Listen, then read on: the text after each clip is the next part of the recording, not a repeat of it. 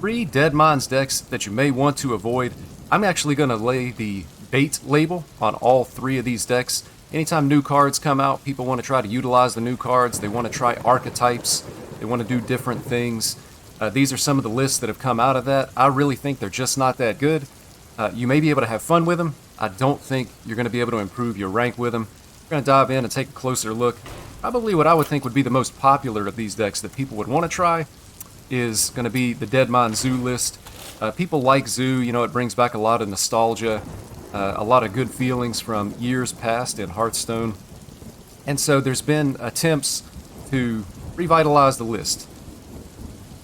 This is the most current attempt. Again, I don't think this list is very good. You're probably looking at a straight 50% win rate. If you're lucky, you'll be able to hold your rank. If you're unlucky, you're actually going to be losing ranks. Again, if it's fun, feel free to play it. Just don't expect your rank to be able to improve. Mileage is also going to vary. It's going to depend on what rank you're playing at, how good your opponents are. I don't really think you're going to be able to get anywhere with this deck. It's going to play pretty much just like a classic Zoo deck. In the mulligan, you would want to look for, you know, like Flame Imp into Bloodbound Imp. And then, of course, those cards are also going to power the new Shadowblade Slinger. If you've taken damage this turn, deal that much to an enemy minion. So you Flame Imp yourself, and now you can deal 3 to potentially remove a minion on the other side of the board. Zoo, of course, is going to be a board-based deck. You're going to take value trades, and you're going to be shipping damage face when possible. Then, of course, every time you damage yourself with Flame Imp, Bloodbound Imp, or by tapping, then you're going to be making your Flesh Giant cheaper and cheaper. Flesh Giant, kind of reminiscent of the old Sea Giant from Zoo lists of yesteryear. You're probably going to be getting it down around the same turn, you know, maybe turn 5, 6, you can get down the big 8/8 Flesh Giant. Pretty much what you're going to find with this list is that it's actually just too slow. If you're looking for aggro-based board decks, you're probably going to look more in the direction of something like a Deathrattle Demon Hunter, or the king of aggro-based board decks currently is going to be the aggro Druid lists. Those are really strong, by the way. Deadmines actually buffed that deck really, really good. You could play this for fun. Again, just don't expect to be able to improve your rank. Deadmines Zoo, 50% deck. Don't get baited into think that this is going to be good or this is going to be the resurrection of Zoo. Moving on, we're going to take a look at the next deck on the list, Proving Grounds Demon Hunter. This is another deck that people were excited about. Getting these big minions out on the board is always an exciting prospect. You know, I wish we could play big minions on the board in Hearthstone. Typically, you just don't have time. I think statistics show that the average Hearthstone game is ending somewhere around turn 8, roughly. You don't have time to play these big minions. You're not going to have 10 mana to be able to spend on a Scrapyard Colossus. So the idea behind the deck is you play Proving Grounds. Summon 2 minions from your deck. They fight each other. All that means is they come out of your deck and they attack each other one time. So this particular version of the list runs for the minions Burning Blade Acolyte, Imprisoned Enteian, Coilfang Warlord, Scrapyard Colossus. So, you know, if you pull a Warlord and a Colossus, for example, they attack, they both die, so you're left with the 5/9 taunt, and then you're left with the 7/7 taunt. If you hit Imprisoned Enteian, it comes out in dormant form, so you could have an Enteian and a 7/7 Colossus with the Deathrattle still intact. You could potentially hit Acolyte, Coilfang, and then you're left with the 5/8 taunt and a 9/4 that also has Rush. So really the deck revolves around Proving Grounds. I've seen some different variations, different minions included in this deck. One of the versions that I saw had Illidari Inquisitor, the 8/8 with Rush, and then also the Pit Commander.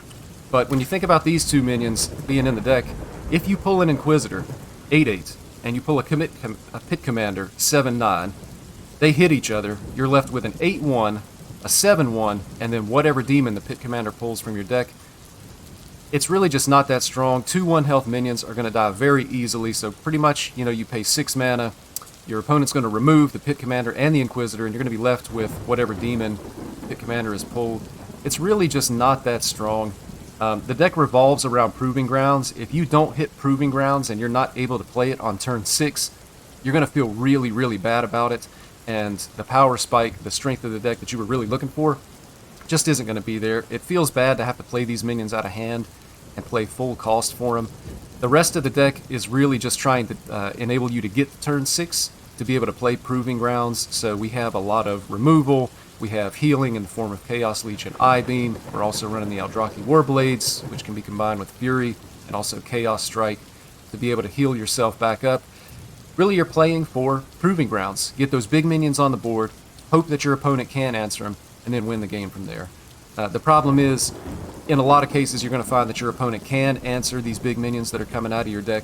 It's really just a case of too little, too late. Personally, for me, I also don't find this deck to really be all that fun either. Just not great, and I don't think you're going to be able to improve your rank with it, but feel free to give it a try. Maybe it's your cup of tea. Maybe you don't care about your rank. Maybe you don't even play ranked. It'd be fun to give it a try. When it does work and Proving Grounds pulls the minions that you want it to pull and you hit the board and you win the game, it does kind of make you feel good.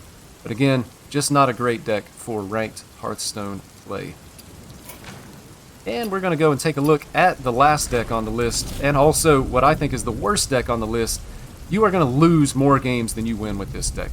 Deathrattle Hunter. It's really just packing a lot of death rattles into the Hunter list, and the Ruby and Egg. A selective breeder, be able to give you an extra copy of the beasts in your deck. You know, Bloated Python, Gore Fiends, Rivendare to repeat the death rattles, Magnathal Lion. I mean, it's just kind of, the deck is a little bit weird. It's a fun concept in that it's something that you don't see. You know, a Deathrattle Hunter deck. Oh, this is great, this is fun. The problem is, the reason why you don't see it is because it's bad. First of all, the deck is counterintuitive to what a Hunter deck wants to do. At its core, a Hunter deck is always, always, always going to be more aggro-based or leaning towards aggro, and that's because of the hero power. Hero power, 2 mana, do 2 damage to your opponent's face. And so the most successful Hunter decks kind of revolve around doing damage to your opponent's face. You see it in Face Hunter, and then you've also seen it in the more successful Quest Hunter lists. Just a burn deck going to your opponent's face. This deck tries to maintain a lasting board presence, and really to be able to win from the board by taking advantage of these death rattles. Again, it's just not very good. I think this list is probably built as consistently as it could be. But again, it's just not very good. Deathrattle Hunter, definitely a bait deck as far as the ladder. If you enjoy playing Hunter, if you enjoy playing a different concept of Hunter, and maybe just trying to surprise your opponent with the inclusions that you have in your deck, you could give this deck a try. Again, realistically, you're probably looking at losing more games than you're going to win on the ranked ladder.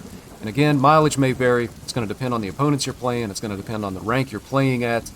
It's going to depend on the draw of both opponents, so on and so forth. But really, don't queue up a game with Deathrattle Hunter expecting to win. Queue up the game maybe expecting to just have a little bit of fun. 3 bait decks. Taking one last look at them one more time. Deadmines Zoo, Proving Grounds Demon Hunter, Deathrattle Hunter. These decks are bait. You may want to avoid them. If you try them, I suggest trying them in small quantities of games. Otherwise, you might find yourself being upset. If you found this video useful in any way whatsoever, don't forget to like, don't forget to subscribe to the channel. I try to go over decks for every different class, really keep things variety, and hopefully, you know, everybody can come in and find more information on a deck that they may want to play, and in this video, finding some information about some decks that you probably just want to avoid. Thank you, good luck out on the ladder.